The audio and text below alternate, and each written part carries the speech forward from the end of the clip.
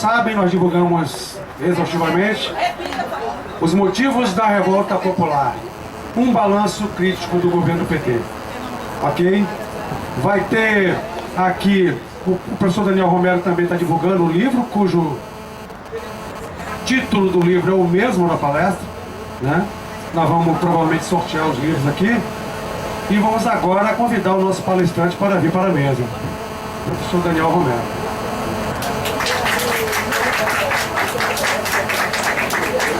Alguns daqui já conhecem o professor Daniel Romero, ele já conversou conosco em outras oportunidades. Sua formação? Ele é sociólogo, ele é integrante do ILAES, Instituto Latino-Americano de Estudos Socioeconômicos. É uma pessoa bacana, qualificada para falar desse tema com bastante propriedade. Então aproveitem com a palavra Daniel Romero. Pessoal, boa tarde.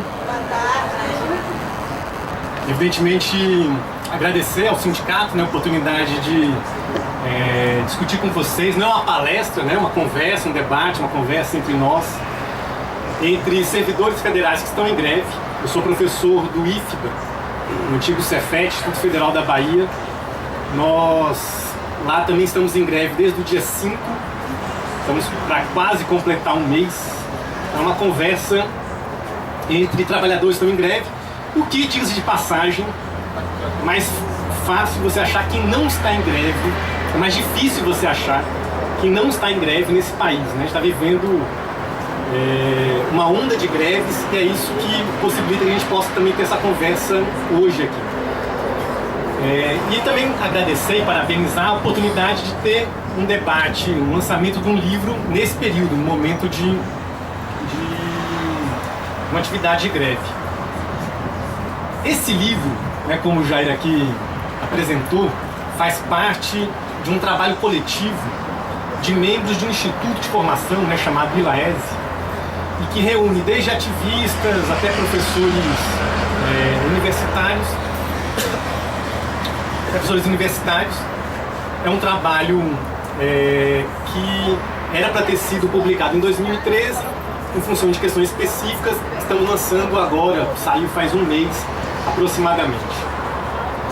Embora seja resultado de um trabalho de pesquisa, como é, né, em geral, né, nossas publicações, eu não quero fazer aqui uma apresentação convencional, né, uma apresentação professoral ou doutoral, muito pelo contrário, por um motivo muito simples.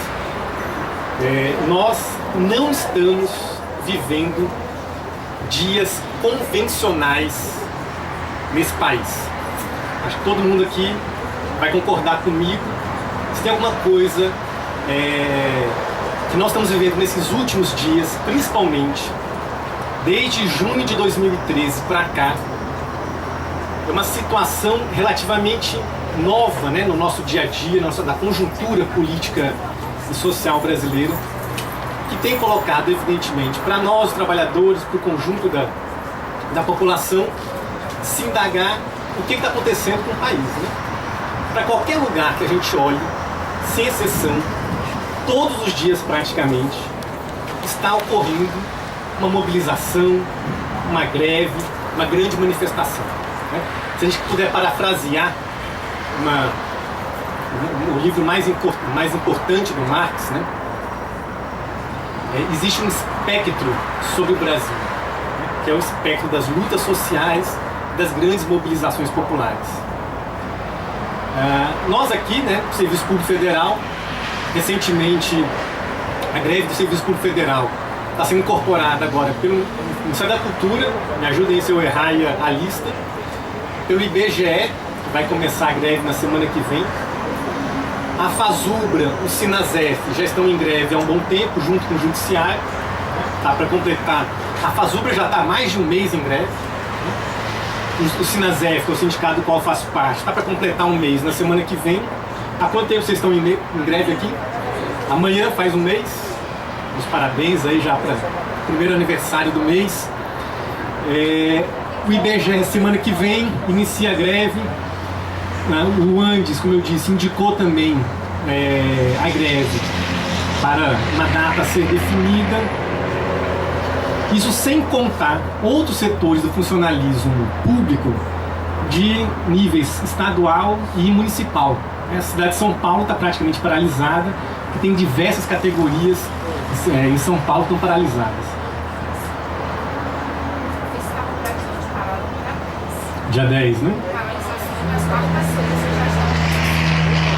Pois é.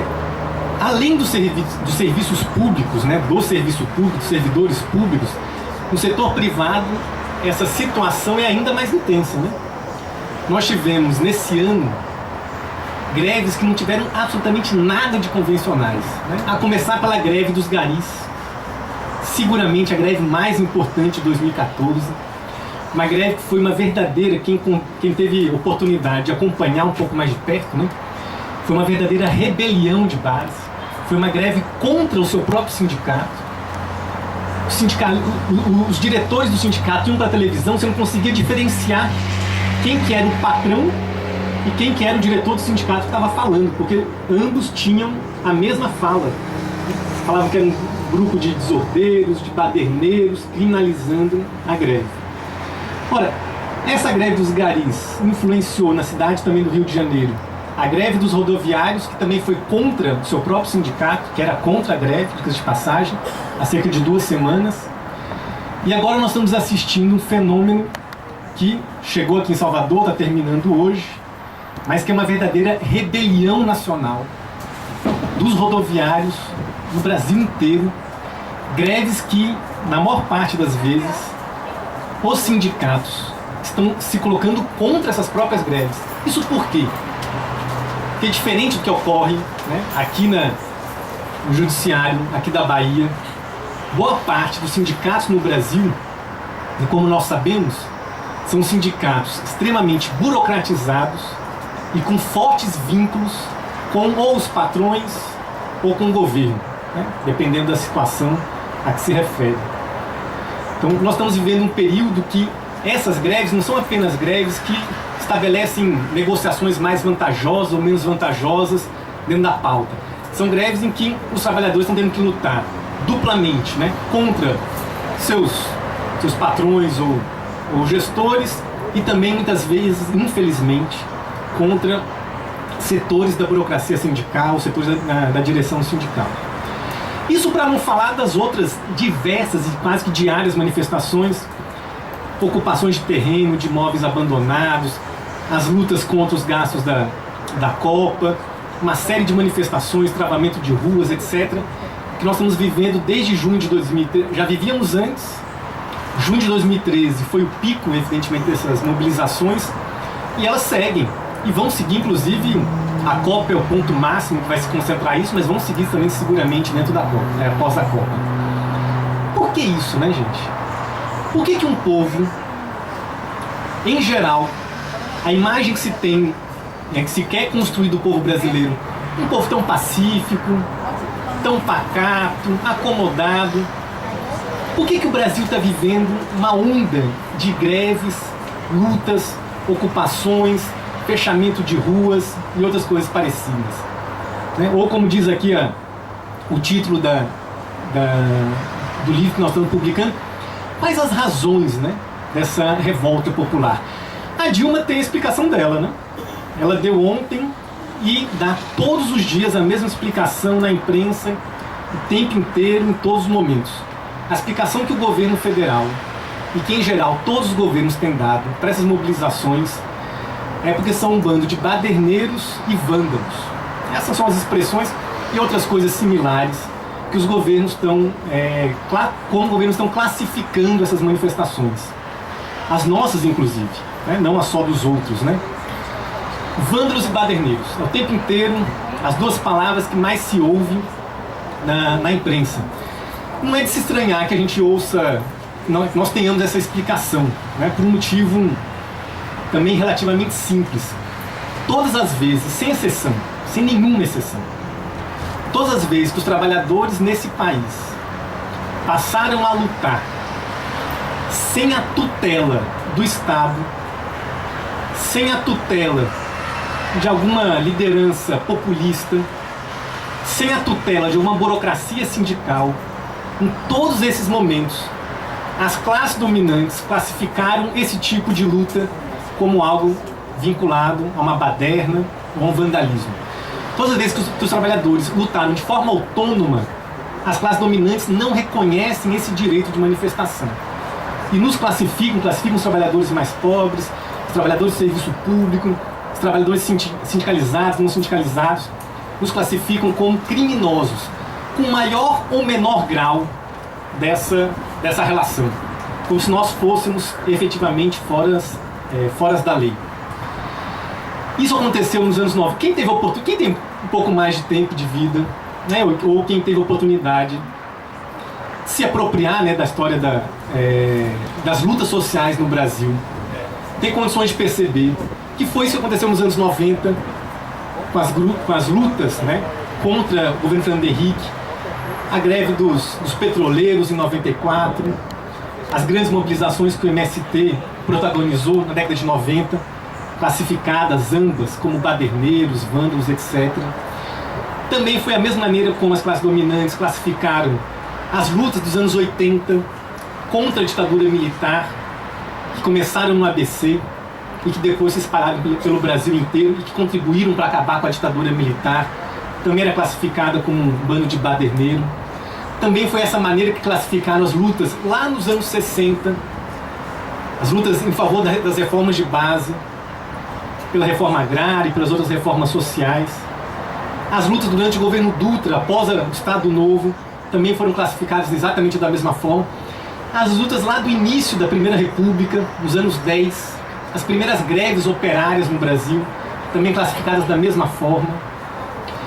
Inclusive as rebeliões escravistas do século XIX.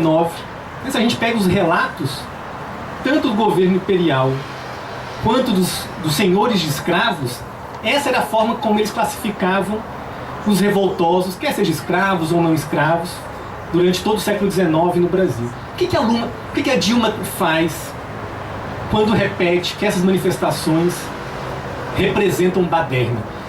A Dilma estava ontem numa reunião com empresários, anunciando uma nova isenção fiscal, né, para 35 setores da economia brasileira. E ela deu uma garantia para os empresários que não ia tolerar a baderna durante a Copa do Mundo e que iria prontamente atender os governos estaduais com o envio de tropas federais, né, a Força de Segurança Nacional, e o envio do Exército se os governos assim desejassem. Uma informação que a Dilma deu ontem durante uma reunião com empresários. Ao mesmo tempo, na mesma cidade, estava ocorrendo uma grande manifestação com cerca de 2.500 pessoas, né, na esplanada dos ministérios e em confronto com a Polícia Militar do Distrito Federal. Então, quando a Dilma fala que essas manifestações que a gente está vivendo no Brasil é uma baderna, né, não um problema social que tem que ser tratado enquanto tal, ela está reproduzindo o discurso que vem desde do senhor de escravos do final do século XIX, junto com o Capitão do Mato, se aproximando do regime militar que classificava essas manifestações exatamente da mesma maneira e que tentava justificar a tortura a partir disso, terminando agora com essa aristocracia financeira que praticamente privatiza o Brasil, privatiza o Estado brasileiro. Essa é a explicação que as classes dominantes sempre dão para as lutas dos trabalhadores no Brasil, de que nós somos baderneiros, fora da lei ou vândalos, ou qualquer coisa similar. Eu acho que vale a pena nós darmos uma outra explicação para a revolta popular no Brasil.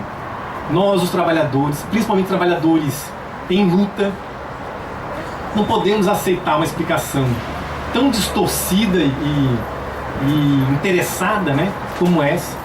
E precisamos compreender, portanto, o que representa, qual que é o significado do governo do PT para o conjunto dos trabalhadores, para o serviço público e particularmente para os trabalhadores que hoje estão protagonizando as principais lutas sociais que o país tem vivido nesse último período. Então, da nossa parte, esse é o esforço que nós tivemos na publicação desses materiais. Esse livro foi produzido, além de mim, por outros 2 colegas, né? A Érica Andreassi, com a qual vocês tiveram uma atividade semana passada, ou retrasada, né? Tiveram recentemente uma atividade com ela, e um outro colega nosso, Nazareno Godeiro, que atualmente está morando em Natal, que é assessor de uma parlamentar do PSTU na Câmara de Municipais lá de Natal.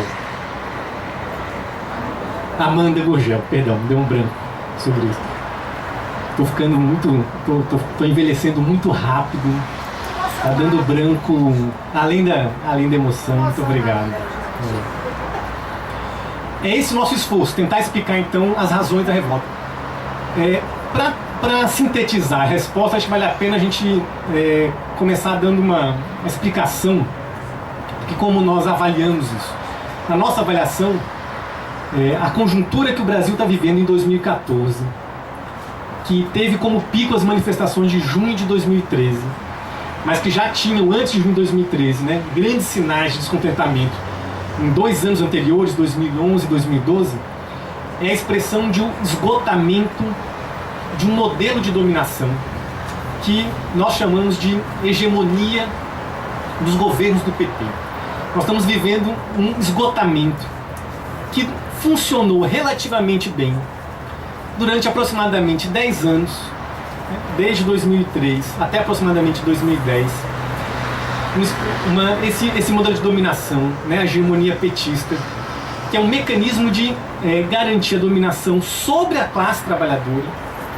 A hegemonia significa a capacidade que as classes dominantes têm em garantirem a sua dominação sem recorrerem a um processo de repressão sistemática e sucessiva.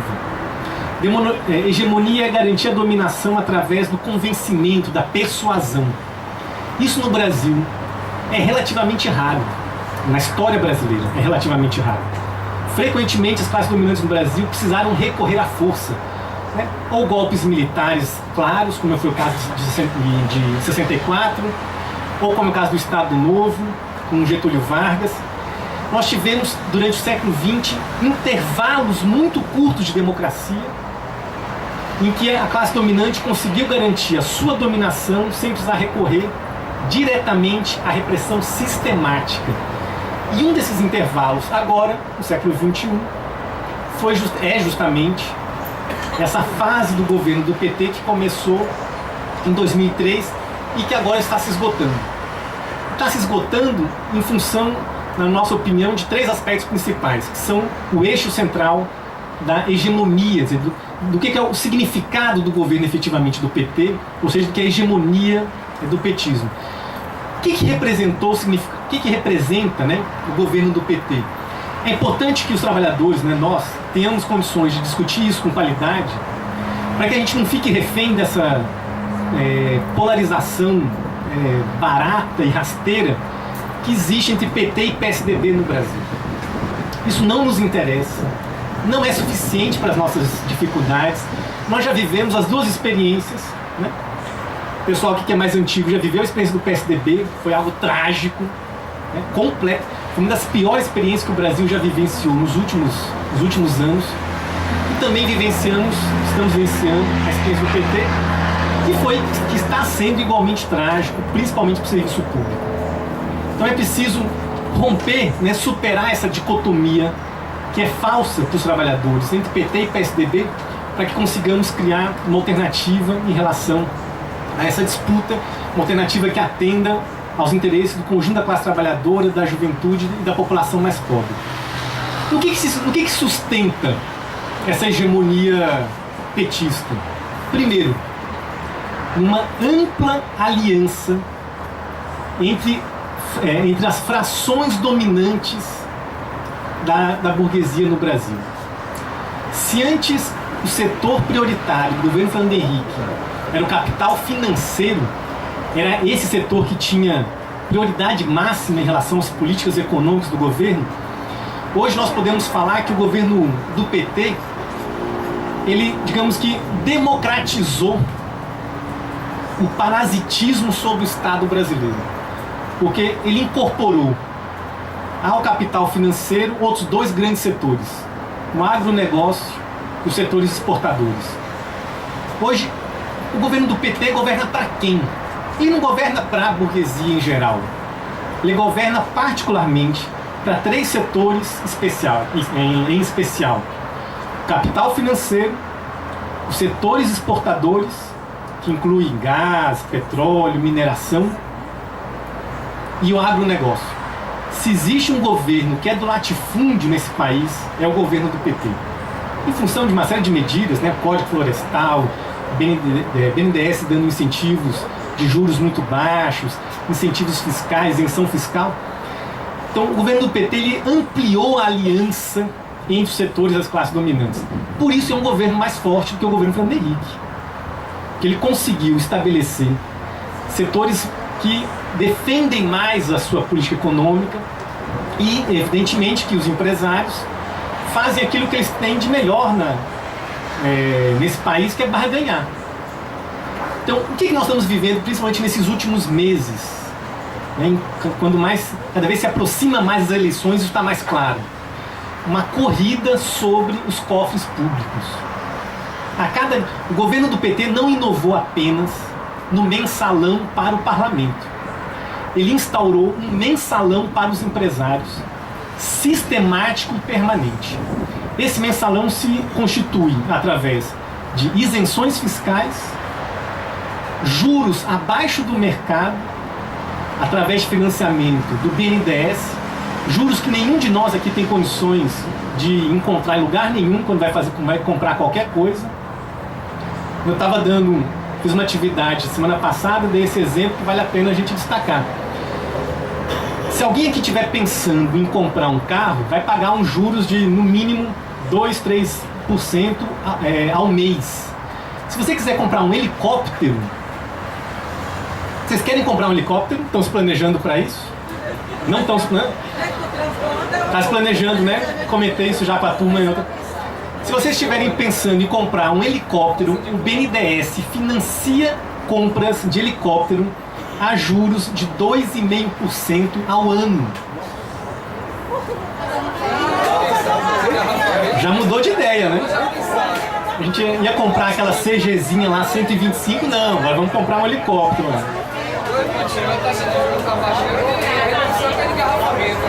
Exatamente, daqui a pouco, a única preocupação é se nessa reforma aqui do TRS eles colocaram um heliporto. Colocaram aqui um heliporto? Vamos ter que mudar, vamos ter que atrasar um pouco nossa... É importante deixar claro, eu não tô aqui...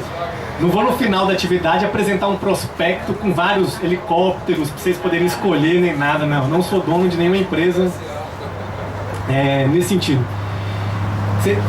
Esses privilégios que evidentemente sempre existiram no Brasil, é óbvio, né, para os setores mais vinculados, né, ao Estado brasileiro, esses privilégios se constituem como uma forma de parasitismo do Estado brasileiro. Claro que a população muitas vezes vê o parasita como nós, né?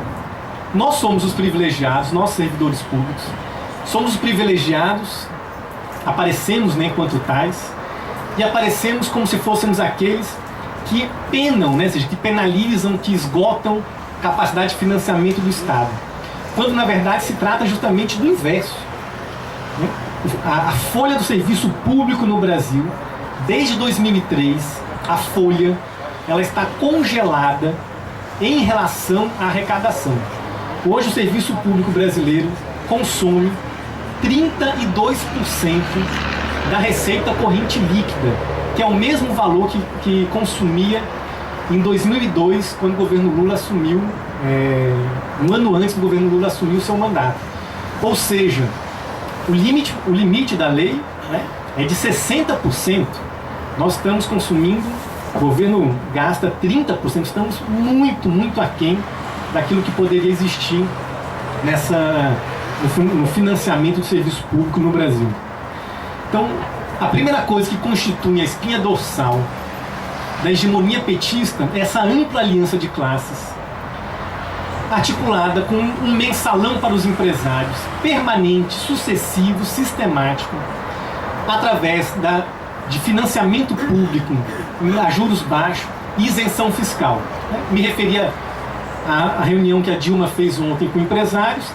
Nessa reunião, a Dilma anunciou que a desoneração de 35 setores econômicos sobre a folha de pagamento que esses empresários estavam usufruindo, já há aproximadamente 2 anos, anunciou que essa desoneração se tornou permanente, que antes era provisória. Isso significa uma queda na arrecadação brasileira de 20 bilhões de reais só agora para 2014. 20 bilhões de reais significa aproximadamente cerca de 1/3 de tudo que o Brasil gasta com saúde no ano todo. Significa metade de tudo que o Brasil gasta, tudo que o governo federal gasta com educação. O orçamento para a saúde para 2014 é de 60 bilhões de reais. O orçamento para a educação é de 40 e poucos bilhões de reais. Ontem, num dia, o governo federal anunciou para 35 grupos econômicos, 35 empresários, 35 setores, a desoneração de metade do que se gasta com a educação brasileira. Eles não paralisaram uma rua, não fizeram absolutamente nenhuma manifestação, mas cometeram um dos maiores crimes que, evidentemente, a gente está assistindo nesses últimos dias. Junto com esse... Isso é um mensalão, né? O que o governo Dilma tem feito? Uma das razões dessa medida é para tentar garantir a adesão desses empresários para o processo eleitoral, que corre risco desses setores, porque eles estão barganhando, O que o empresário mais faz é isso, fica chantageando, o Estado e o governo. Eles estão barganhando, que ainda mais, se é o Aécio, se é o Roberto Campos, se é a Dilma, e barganhando com o dinheiro dos outros, ou seja, nosso, ou seja, através de os recursos públicos. Essa foi uma das principais inovações que o governo do PT fez, Ou seja, democratizou o parasitismo sobre os cofres públicos. A segunda coisa, o segundo tema, ele é mais complexo, porque a segunda coisa que é a espinha dorsal da hegemonia do PT é uma forma perversa e ilusória de combate à pobreza e à desigualdade social. Por que é perversa e ilusória? Primeiro porque é preciso a gente destacar que é verdade que o salário dos setores mais pauperizados no Brasil teve ganho real nos últimos anos. É verdade isso. O Brasil é um país tão desigual que a gente não precisa ficar forçando os dados, não precisa mentir, não precisa fazer nada. O Brasil é um país tão desigual, tão absurdamente desigual, que basta mostrar os dados tal qual eles existem, que é suficiente para a gente poder perceber essa perplexidade. Por que é perversa e desigual? E ilusório esse combate da desigualdade? Por 2 questões fundamentais. Porque acompanhado junto com a expansão da renda e do consumo dos setores mais precarizados, isso foi combinado com 2 aspectos. Qual que é o primeiro aspecto? Precarização das condições de trabalho. E segundo, privatização e degradação dos serviços públicos e sociais. Os governos do PT, Lula e Dilma, fizeram claramente aqui uma escolha. O mecanismo de acumulação do capital financeiro e produtivo no Brasil, capital industrial no Brasil, vai se dar através da privatização dos setores dos serviços sociais, aumento da jornada de trabalho, precarização do trabalho, das condições de trabalho, apesar de aumentar um pouquinho o salário dos trabalhadores. A melhor imagem que a gente pode dar para a situação, que eu estou me referindo, é daquele sujeito que nunca teve nada no Brasil e que pela primeira vez conseguiu um emprego formal. Esse sujeito hoje trabalha no comércio ou trabalha numa empresa terceirizada de telemarketing num ritmo alucinante, e gasta seu salário, veja se não é verdade isso, em duas coisas, só duas. Você tem condições de gastar seu salário, recebe um salário mínimo e meio, 900 conto, pouco menos que R$1.000, gasta seu salário em duas coisas. Metade ele gasta para pagar a faculdade particular, a outra metade ele gasta para pagar aquele smartphone